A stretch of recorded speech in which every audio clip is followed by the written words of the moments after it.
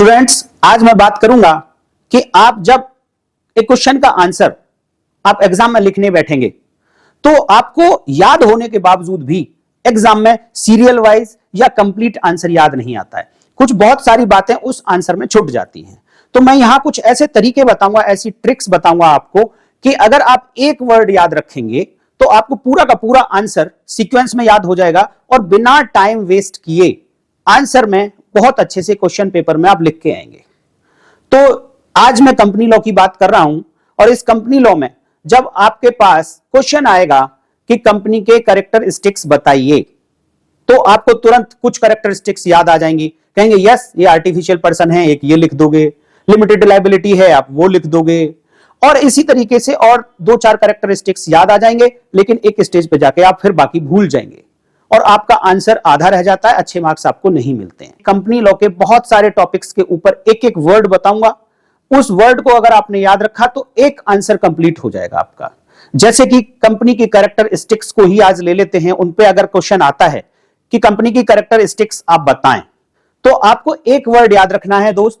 ये मैंने एक वर्ड लिखा है यहां पर, अगर आपने इस वर्ड को याद रख लिया तो कोई भी कैरेक्टरिस्टिक आपकी छूटेगी नहीं, आप सीक्वेंस से लिख के आएंगे और आपका आंसर भी कंप्लीट होगा और कम टाइम में हो जाएगा, क्योंकि आपको सोचने में काफी टाइम लग जाता है, बहुत टाइम उसमें वेस्ट हो जाता है। तो उस वेस्टेज को बचाने के लिए एक वर्ड है कंपनी की कैरेक्टरिस्टिक्स, जब भी आपको बतानी हो तो फ्रेंड्स चिंता ना करें, मैं बोर्ड के आगे से हटूंगा, आप उसका स्क्रीनशॉट ले लेना, लेकिन अभी आप समझ लें, क्योंकि जब तक आप समझेंगे नहीं तो ये ट्रिक काम नहीं करेगी।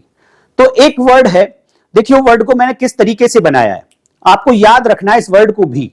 तो कैसे याद रखेंगे कि देखिए मान लीजिए कि आपको बुखार आ गया है, तो बुखार की एक बहुत अच्छी दवा होती है पैरासीटामोल। तो जब आपने दवा देखी, घर में तलाश की, तो पता चला कि आपके पास केवल एक पैरासीटामोल बची है, लास्ट पैरासीटामोल बची है आपके घर में।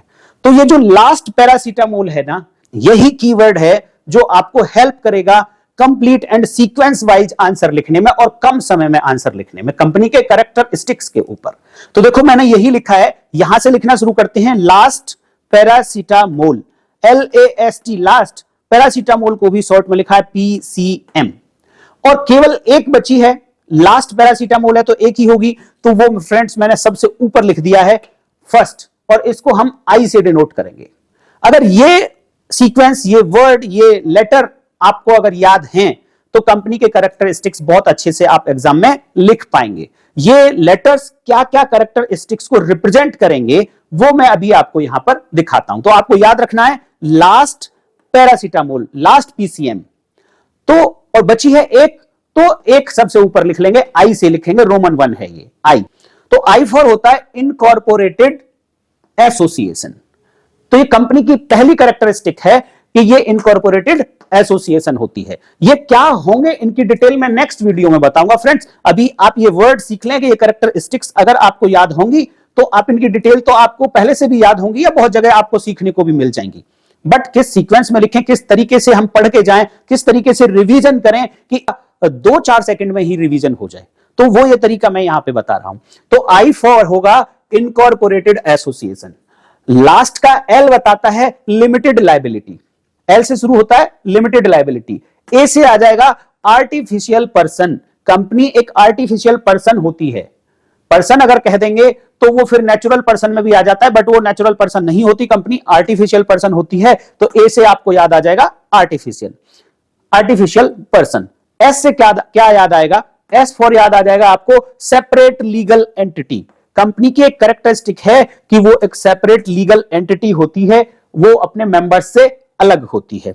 T से क्या आ जाएगा, इसकी एक कैरेक्टरिस्टिक है कि इसकी ट्रांसफरेबिलिटी ऑफ शेयर्स इसके अंदर होते हैं, जो कंपनी के शेयर्स होते हैं उनको एक पर्सन से दूसरे पर्सन पर ट्रांसफर किया जा सकता है। तो T फॉर हो जाएगा transferability of shares.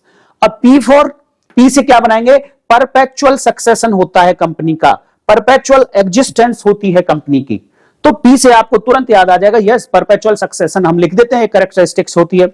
C for common seal, C से आपको तुरंत याद आ जाएगा, अच्छा C फॉर तो कॉमन सील होता है, कंपनी की एक कॉमन सील होती है, जब भी कंपनी कोई कॉन्ट्रैक्ट में एंटर करेगी तो उस पर कंपनी की कॉमन सील जब तक नहीं लगेगी तो यह नहीं माना जाएगा कि वो एग्रीमेंट कंपनी की तरफ से हुआ है। इसलिए हर कंपनी को एक कॉमन सील अपनी बनानी होती है। और लास्ट में एम फॉर है मैनेजमेंट एंड ओनरशिप। ये दोनों डिफरेंट चीज हैं कंपनी के अंदर। तो इस तरीके से आप देखेंगे फ्रेंड्स, तो लास्ट पैरासीटामोल, लास्ट पीसीएम एक ही बची है, वो 1 लिख लिया ऊपर। ये अपने आप में इतना बोलते ही आपके माइंड में सोच लो कि एक रिवीजन हो गया कंपनी के कैरेक्टरिस्टिक्स का। और बहुत अच्छे से आप इन कैरेक्टरिस्टिक्स को लिख देंगे हेडिंग वाइज, और उनके अंदर इनकी छोटी छोटी वैल्यूज, छोटे छोटे मीनिंग डाल देंगे, तो आपका एक बहुत बड़ा आंसर तैयार हो जाएगा। तो इसी तरीके से और नेक्स्ट वीडियो में मैं बताऊंगा कि क्लासिफिकेशन ऑफ कंपनीज को आप किस तरीके से याद रखेंगे, एक सिंगल वर्ड याद रखेंगे और कंपनी का जो क्लासिफिकेशन है वो आप कंप्लीट लिख पाएंगे, डिटेल में लिख पाएंगे। तो फ्रेंड्स, नेक्स्ट वीडियो में बात करेंगे कंपनी के क्लासिफिकेशन की।